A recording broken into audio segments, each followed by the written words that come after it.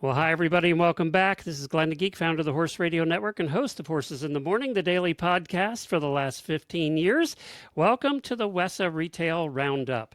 The Retail Roundup is your go-to virtual hub for all things retail. Join panel discussions, learn from webinars, share your thoughts, talk to each other. We encourage that. And you do that by going to our Facebook group. Just search for Retail Roundup on Facebook and join the group over there to have conversations about what's going on in the wholesale and retail world in the horse world.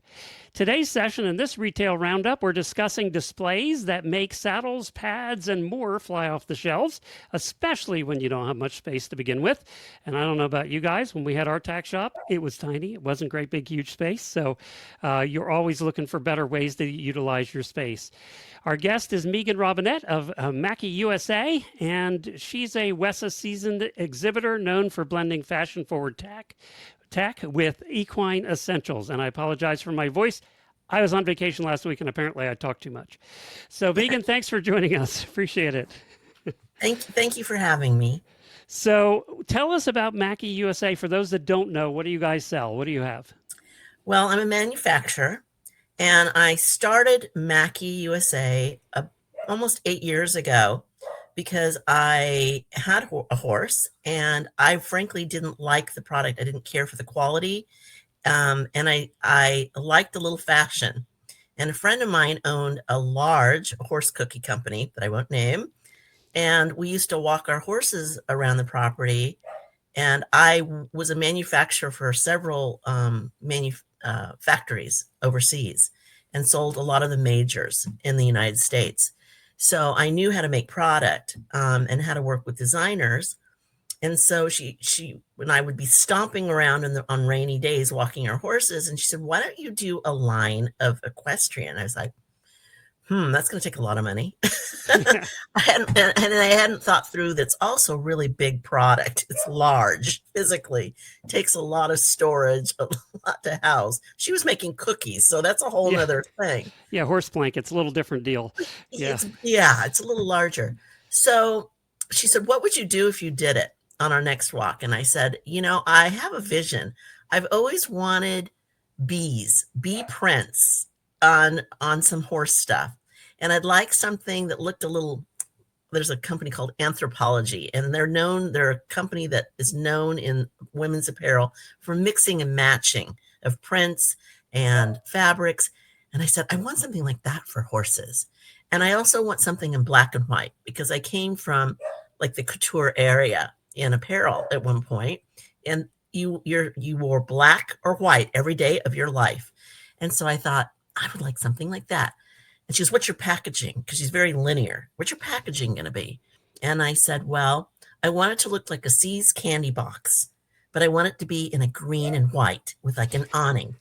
And she had a gift room. She came back the next day and she mocked up this little box for me. And I was like, now I have to do it. She mocked up a box, right? She took her time to help me. Yeah. She's really pushing me along this. And I had done some things for her, so she knew that I could probably do this. So that's how I started. So I started doing my research about every brand. I had to decide what I was going to do. And I decided I'm going to do fly masks and fly boots because it was probably summer. That's probably the only reason I decided. I bought every brand known to mankind, and I was like, "Ooh, I don't like that. Or I don't like this. Oh, I do like that idea." So I went through and one of my designers from all the factories I worked for was at Loose Ends.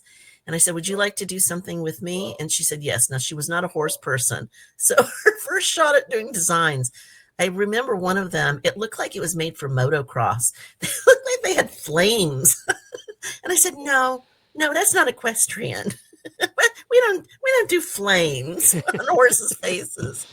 And so we started over, and I had to give her something called tear sheets, which I was familiar with all my designers in my big companies, where you stimulate them. You kind of you take your magazines and you rip them all out, or you send them pictures and you say, "I want it to be this with that," and you make little drawings for them. And so I had a B line. It's called Be Mine, and I had something called Modern Vintage, which was a mixing of patterns, and I did a black and white group, very small and neat and tidy. and added a few things. And the first time I went out, everybody was like, "Oh my gosh!" Equestrian people are so funny.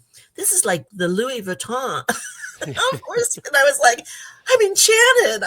I'm designer. But my goal was I wanted to be the target of this industry. I didn't want to be Neiman Marcus, and I didn't want to be Walmart. I wanted to be Target, which I had worked for Target sourcing Well, services. and they've done pretty well. And they've done pretty well. And you Yeah. know what their shtick is, and this is what we were trained as product managers there. They are about quality and fashion. They have their fingers on fashion because they have designers, but they're really about their quality and about a really good price. And that's who I wanted to represent. I was never wanting to be fancy. I wanted to be known for my quality and for how I executed the product, and that everything made sense. There was a purpose for it. So that's how Mackie got started. It's grown over the last 8 years. I do a lot more than fly masks and fly boots now. I'm doing everything from blanket bags to rain sheets to apparel. I introduced women's pajamas because saw they that. loved my prints, and onesies, baby onesies. I do bags. I do a lot, but I always make sure that there's a purpose for it. I always wear test everything. A lot of samples go out to a lot of horses and humans to test because this is my money and I have to I'm a gambler, basically. I have to decide this is working, and I refine it, and then I produce it, and then I start selling it and getting it out there. So, and Well, I appreciate the feedback. and obviously your lines are very color and design oriented, They and that are. ties into what we're going to talk about today for Yep. the stores. So, if let's start with this, I mentioned small storefronts, right? A lot of us Okay. had or have small storefronts. So, what's your formula for a window? You may only have one window in your small storefront. Right. What catches people attention? What stops people to take a look at it? What do you find with windows, in particular, especially in our world? Well, I grew up in retail. I started out, I was recruited, I was an assistant buyer. They made you be on the floor. I was a buyer, and then I was a merchandise manager and a VP. So I grew up in mostly the apparel and home industry. And I didn't know how to do a display or a window or anything else. Now that I am a manufacturer and a wholesaler, I don't have the opportunity to do a lot of windows. But what I try and do for my clients is one of the reasons at WISA I spend so much time, more than probably any other vendor there.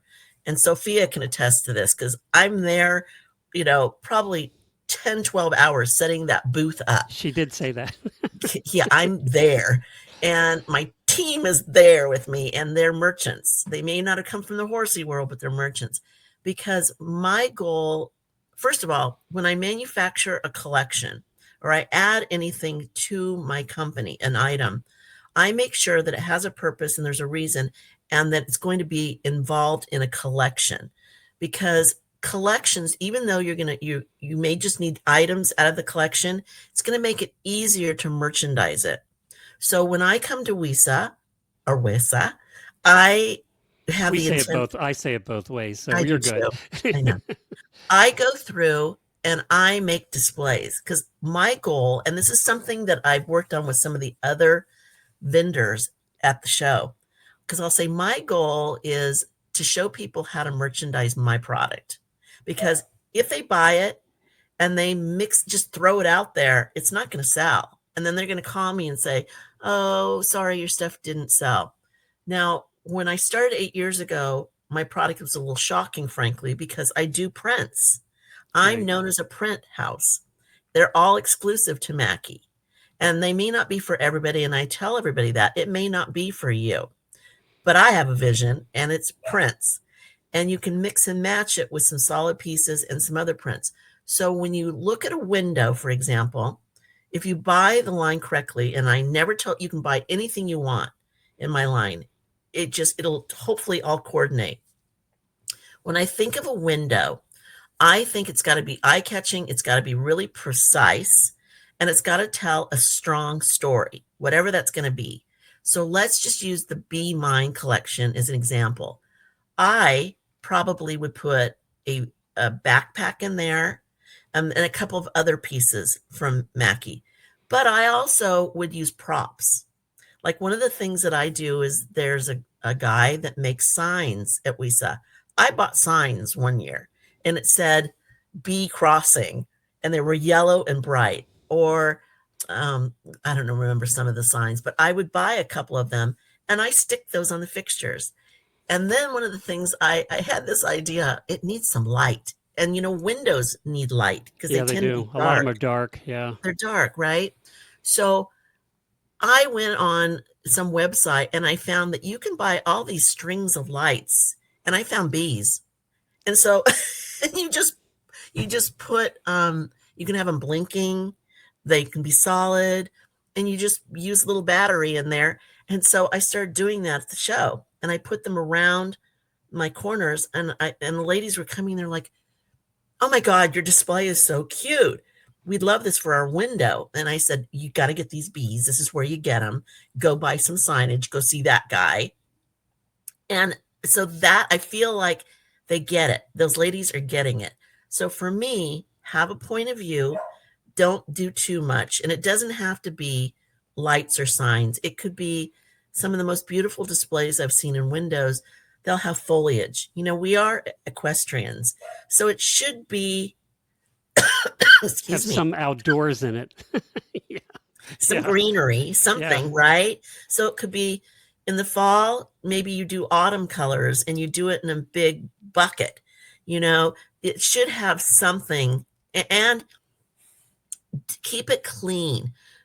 I do a lot of small items, but in my displays, I tend to do them on their own or as an accessory piece on an item, because if you try and put it all together, it just gets messy and nobody can really see the one item. So that's my advice on a window.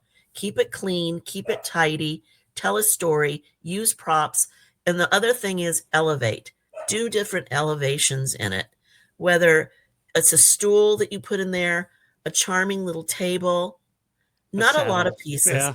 Yeah. A something, saddle. Yeah. Something a that's up higher. saddle, Yeah. something so that you've got some different elevations. Because if it all goes straight across, and I remember I had a display guy when I worked for the couture company, and they were very fussy about that. You just don't, your eye wants to look around, and you can put more in there if you do that too. Oh, and that's what catches attention too. It does. Straight across doesn't catch attention. It doesn't catch. No. And use different props. Use some equestrian magazines. Put a stack of those. Some equestrian, cheaply you can do this. You go to an old used bookstore and there's a lot of equestrian old books in there. Buy some of those. Put them on a stool and build it up, and then put your item, whatever it is, on top of that to give it some textural interest. And one of the other things I saw, one of the nicest displays I saw on Facebook, and that's kind of like a window when you see a Facebook picture. Mhm. She had made it all autumn colors, and they weren't all the same vendors, but it had a point of view. It was all autumn colors. So everything was in a yellow or an orange, and it was charming. The other thing about window displays, and this is where people get lazy, if you ever go to a tack and feed store and you go 3 months later and it's the same display, that's not good. One of the things I learned in Merchandising 101, that front displays and your front fixtures that are the entree into your stores. Now, some fashion houses, they change them out every week. I don't think in a tack and feed store we need to do that. We're not quite there. Yeah. But And you our need, people aren't coming in that often. Once a yeah, month, I always thought. I think once a month. But in apparel, it's very fast. It's really quick. So you did need to change those fixtures and your displays once a week. You had to, because they're in their shopping a lot. Right. Right. And especially when it's high ticket items. And to be honest, equestrian stuff is expensive. Equine is expensive. I can see that for a place like Target, where especially if they're grocery shopping there, they are coming once a week, right? They are. Yeah. So you change it up. And in a tack and feed store, like I visit one of my local that has like 6 stores, and I know they just hate it. they loathe it when I walk in. I just know they do. They all say, "Oh, hi, Megan," but I'm like, I know. And I'm like, I'm gonna go check. And I'm like, you need to change this display up. It's not good. It's empty and it's an end cap. It's an end cap. Actually, the store manager is really good. She appreciates it because she gets so entrenched in her business that she didn't see. She goes, "Oh, I It know, is I know." something that, yeah, you're in the store every day. You're not seeing it anymore. You're just not even seeing it. No, no. So, So and it gets pulled through. let's take that now and go to the next step. In what have you found that your stores, obviously selling bundles is better than selling one thing, right? If you can, if especially in lines like yours where your colors go through the 50 different SKUs you have, Right. from saddle pads to bags to whatever, right? Blankets, Mhm. sheets, whatever it is, fly masks. How have they found it effective to be able to sell more than one of that, the B pattern or any of the other patterns? What are they doing to sell bundles of it? Well, there's two different thoughts, Whether it's and online or in the store, this is good, goes for both of those. it Yeah. does, Yeah. but there are two different thoughts. I have some stores that they like to merchandise by classification. So, hay bags, for example, it doesn't matter what vendor it is or at what price point, they will merchandise all hay All the bags bags together. together. Yeah. I mean, I don't, I, I, I personally don't like to shop that way. I'm not that kind of a shopper. I'll be honest, Nordstrom's used to shop. You used to go into Nordstrom's, which are very nice stores, but I don't like seeing like everything on a rounder. So they had all their pants all on a rounder. I'm not that shopper where I want to dig through and find what I'm looking for. When I like things by color, and it can be by different brands, but they need to be similar. Or, uh, but a lot of stores do very well by classification. I like merchandising by a collection, and it doesn't even matter if it's the same vendor. You might have similarities in, like my bees. There may be something from another vendor that matches that or coordinates with it. Like they have a lot of black, for example. I don't do a lot of solid black. They merchandise it together. So to me, that's how you bundle it. I'm not a commodity person. I'm not a friend of mine, I said, "You're like a commodities broker."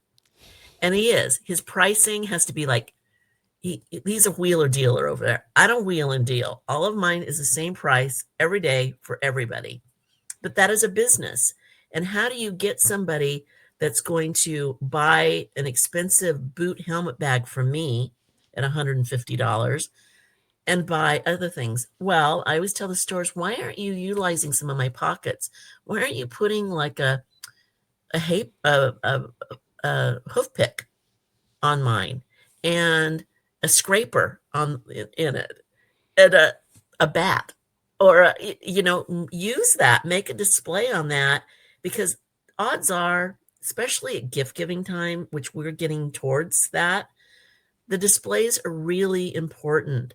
That if you're going to sell a bag in one of your displays, not every bag needs stuff in it, but one of them needs to show how it's used, because odds are a grandparent or grandfather, so a grandfather or grandmother or an aunt that's not an equestrian is trying to buy somebody in their family a gift.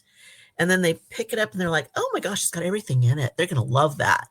Because don't you love that? I do. Yeah. I love when I get everything and it's already merchandised for me and I don't have to think about it. So I tell stores, do it subtly. You don't need to actually bundle anything and say, "Okay, this was an offering." Although some of the commodity people Oh, we do that. did that actually when we had our tack shop at the early days of the internet. We sold a ton of it on the internet because somebody could go, "I'll buy those 5 items because they come together." Yeah.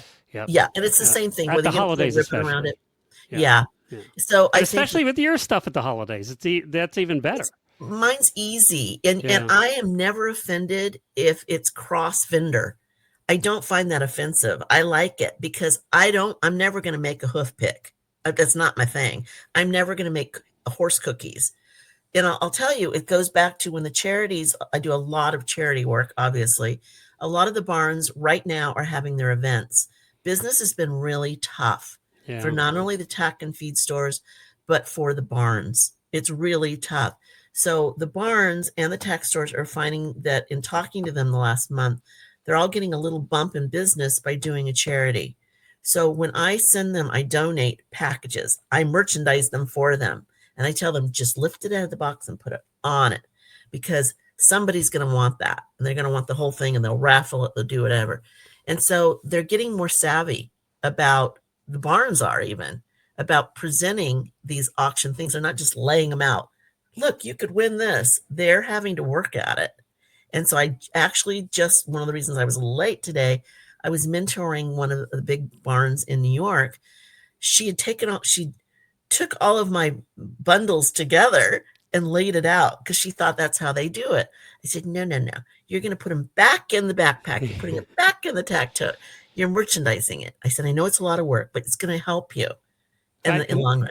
Like with your stuff, I'm looking at it right now, and I see the backpack and the fanny pack and the socks. There's a bundle right there. I mean, as little as 3 things, but it's a bundle. It is. And now I've sold maybe a fanny pack that I wouldn't have sold otherwise at the holidays. Right? They might have bought the backpack and the socks, but now I've added, and we did that online too. And that's something you can do online. You could have a whole section of gift packs, right? And that's what I would do. I would put a section of gift packs, and I would have 10 or 15 of them that they can go in. People like horse husbands like me can go in and buy it easily, right? Which I don't have to mix and match because I'm not going to be good at it. And neither is mom or dad or cousin or sister or the non-horse person who's trying to buy the horse person a gift, which is always difficult, right? That's always the hardest. Well, so I wanted to ask you about lighting and smell. Smell's a good one too, because when I walk in a tack shop, I want to smell leather. Good leather. I do too. I want to smell leather. You know what? I am one of those freaks. I like horse smells. Not everybody does, but I'll tell you, in my booth when I show, there's certain things certain smells that we associate with horses, and bathing is one of them. And primarily you bathe horses in rose smells, lavender smells, clean smells. So in my booth, I do feel like I want to bring the outside into this sterile little booth. I always have my vintage milking jugs, and it has my fabrics tied around the front. I always buy fresh lavender. I cannot always get to the store to buy fresh flowers when I'm at a show. Now, it's different when you own a store. You can go, and I have gone to like Costco and bought their beautiful plants that they already have in a plastic pot that's adorable, and I've decorated with that. But, in January for me in trade shows, it's a little difficult because you're going to the Midwest. Especially they don't have a lot of flowers. In Dallas. In Dallas, not a lot of flowers.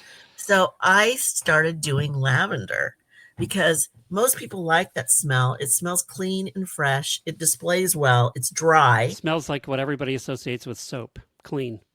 It smells clean. Soap. Yeah. It does. And so to me, I think smell is really important. And because I don't do a lot of leather with my product, it's fabric. But I totally agree with you. And I'm so glad you mentioned that, because I'm like, one of the gals that travels with me has allergies, and she goes, oh God, we're going to have the lavender.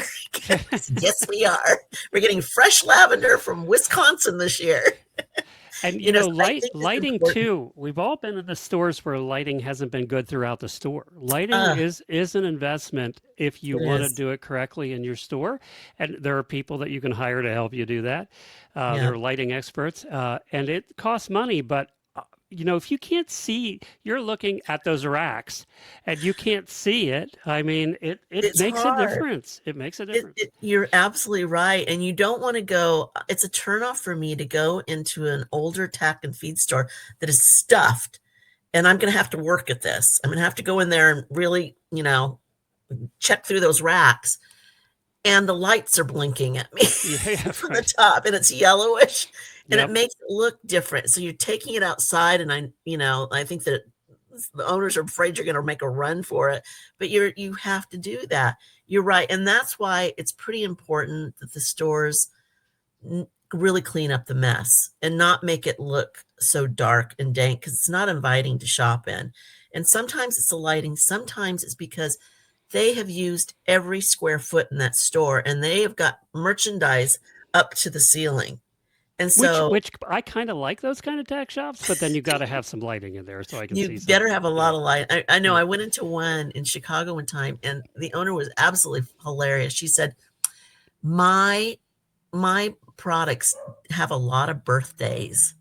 And I said, what do you I don't mean? think that's a good thing, actually. And she goes, yeah. She goes, I don't do markdowns. She goes, they have a lot of birthdays. They're with me for a while. But she was stuffed. You had to walk sideways. You're trying to try boots on and you're perched like, it's funny, but it's not. I think she'd Right. do a much better job if she cleaned out a little bit and made walkways.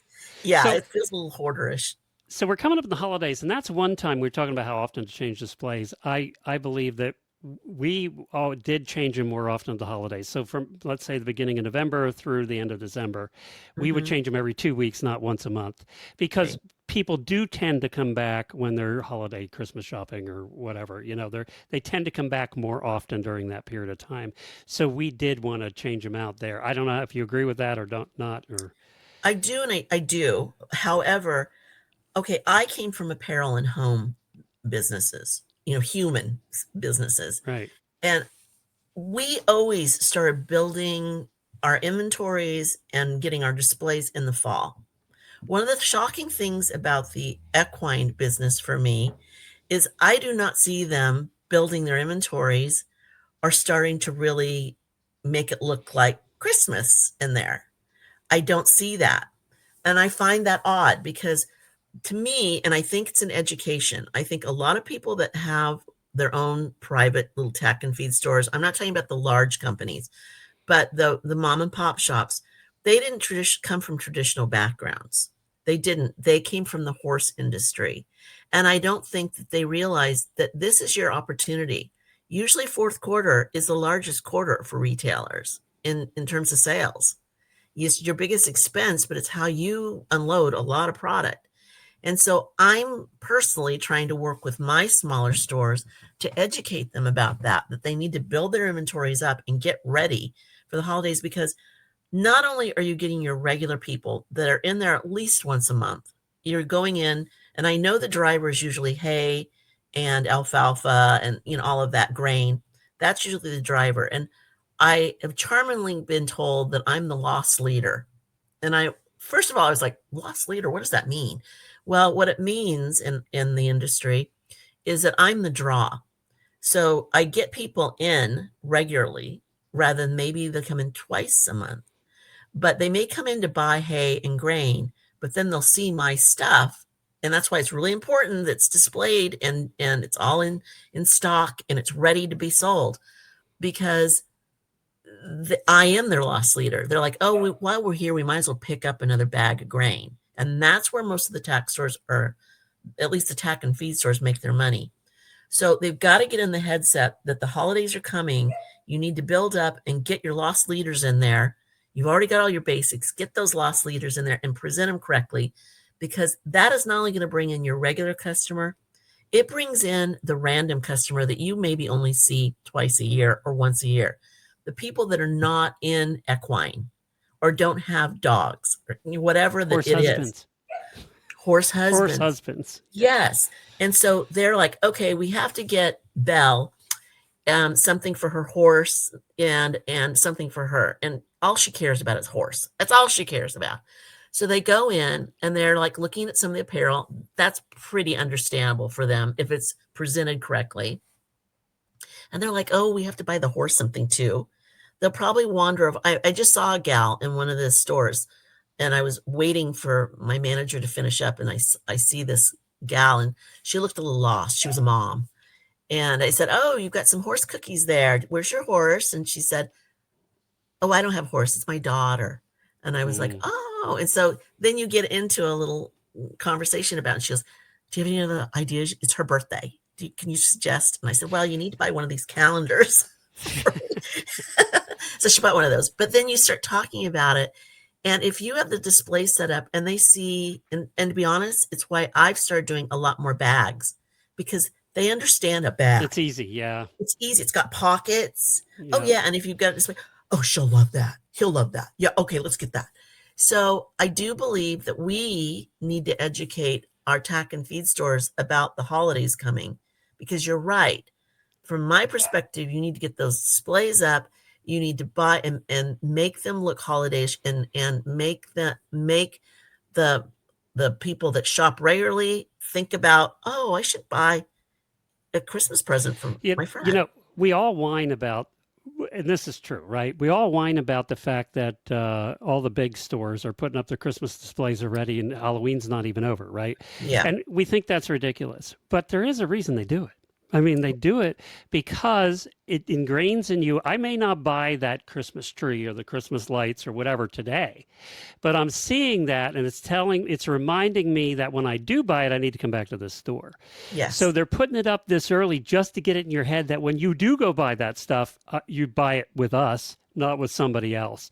And that's the reason it's done. They're not selling that much of that stuff right now, but they're putting Mhm. in your head that because it's that valuable, Right. they're putting in your head to do it now. So maybe in your tax shop, you're not putting it up this early, but you better have it out by November 1st You because bet.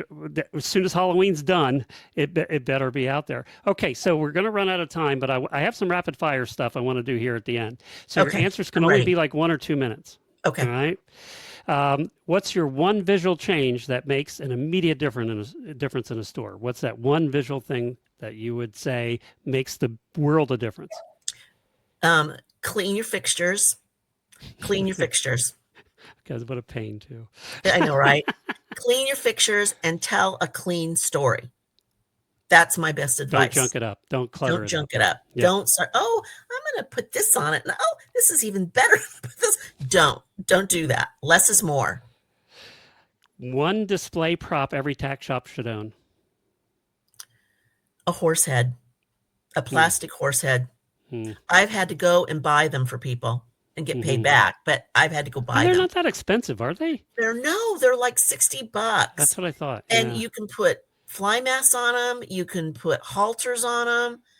There's a lot you can They do fit with on them. top of your racking, Yeah, Yeah. yep, and buy them in a couple colors. Buy them in a black and a brown because Hmm. things present differently. Like if you're trying to sell a navy blue halter, it doesn't look so good on black. It looks better on a brown. Good idea. What's your never again merchandising mistake? Oh, I thought about that when I read that. I've done so many because I'm very eclectic and I'm like, let's try this. One of the worst things is I had a bunch of horse blankets and I didn't know how to display them. So They're I hard. laid They take up a lot of room when you they display them. take a lot of Yeah. room, right? It's So hard. what and I didn't know what to do. I needed to show them. It's the So I reason laid Weatherbeeta has 12 booths is because it's hard to display those. well, and they have those like Yeah. arms that you put Yeah. them on. I didn't have those arms and I certainly didn't have that space. So I laid them on the table.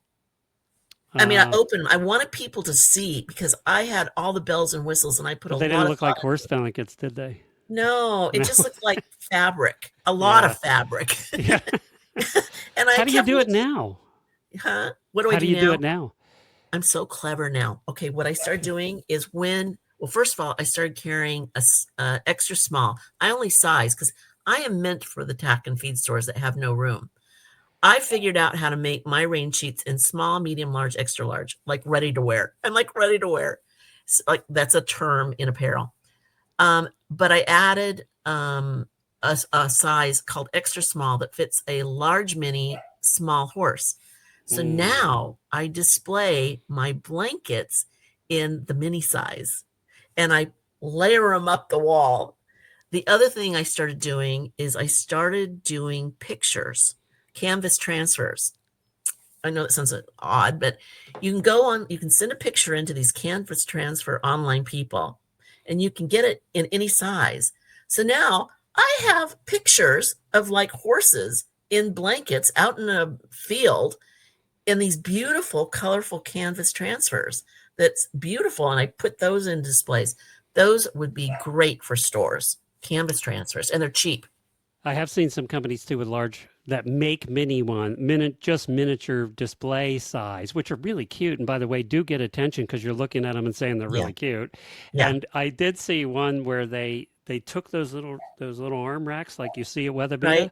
Yeah. and they did the whole display of mini size blankets with that, and it was really the Adorable. cutest thing you ever saw. I I bet it was mean, adorable. And who it doesn't was love a mini size? Like, right. in all my prints, I've got all these goofy prints like a squirrel and I'm looking at some of them. and bees. And they're about this big, and we put them on I like the flying frogs too, by the way. oh, and I love which bring good luck, by the way. We put them on a pole, and then we put string, and my friend layers them up the wall. It like shows. It's the best way to display along with the pictures, because people, especially equestrians, they are not visual people. You have to show them. And so my pictures, I put up this one big one, and it's a mini horse and a huge big warm blood, and they're turning in this range, and they have the same range sheet on. So you see this, and you see them turning. It stops people. They walk by and they're like, "Oh my God, that's adorable!" And I don't care what equitation you do. I don't care if it's Western or English. In fact, I had a barrel racer who Sophia knows. She's an influencer. Stop, and she was like, "Do you think that would fit my horses?" And I said, There you go. "Show me your pictures." Yes, it'll fit. Yeah. All right, one detail that they could change today that would make a world of difference, and we'll end on that. Create aisleways. Oh, I'm going to give you two. Create aisleways, because I know you've got a lot of stuff, but you can't have people walking sideways in your store. And it's hard to get from the front to the back, and it's bad feng shui. Do that, but also try and tell some stories. Even if it's only at random, try and tell a story, whether it's a bee or I don't care what the story is. Whatever the story is, try and make a story, because we're in the industry of telling stories, and people are always learning. They may think they know it all, but they're always learning. And tack and feed stores is where they're learning that. So that's what I would say. And where can they find you? They can find me on Mackie USA. I'm on Facebook and Instagram under Mackie USA. And, I would appreciate any feedback from people. I love messages. And a lot of the buyers from these stores, they contact me and they have a vision of something. And if I think it's something I can sell, I'll give it a shot. I'm sampling up a PVC cabochon right now. Some big barn thinks that she can sell these. So if I think I can sell it and I can do it safely and it's a good product and I can deliver it at a price, I'll do it. But you got to be able to get the quantities. That's the other thing. Right. So. Well, very good. Thank you for joining us. We really appreciate it. And of course, we're here almost every week, and it's the WESA Retail Roundup. I will put the audio version of this on the podcast feed, which is Wisdom by WESA. And if you haven't checked out were you on the podcast before? I have been. Oh, okay. And I'm sure you're going to have to edit me a lot. If you haven't checked that out, go check it out. Actually, my wife hosts that along with other hosts. So check that out on Wisdom by WESA, the podcast feed. And also, you can check out their website at wesatradeshow.com. And you can check out our YouTube channel. Just look for WESA Trade Show. The next Retail Roundup will be released next week. And you can stay up to date on all of it by searching Retail Roundup on Facebook and joining the group over there. Thank you so much, Megan. Appreciate it. Thank you so much. You have a good day. Y'all. Bye.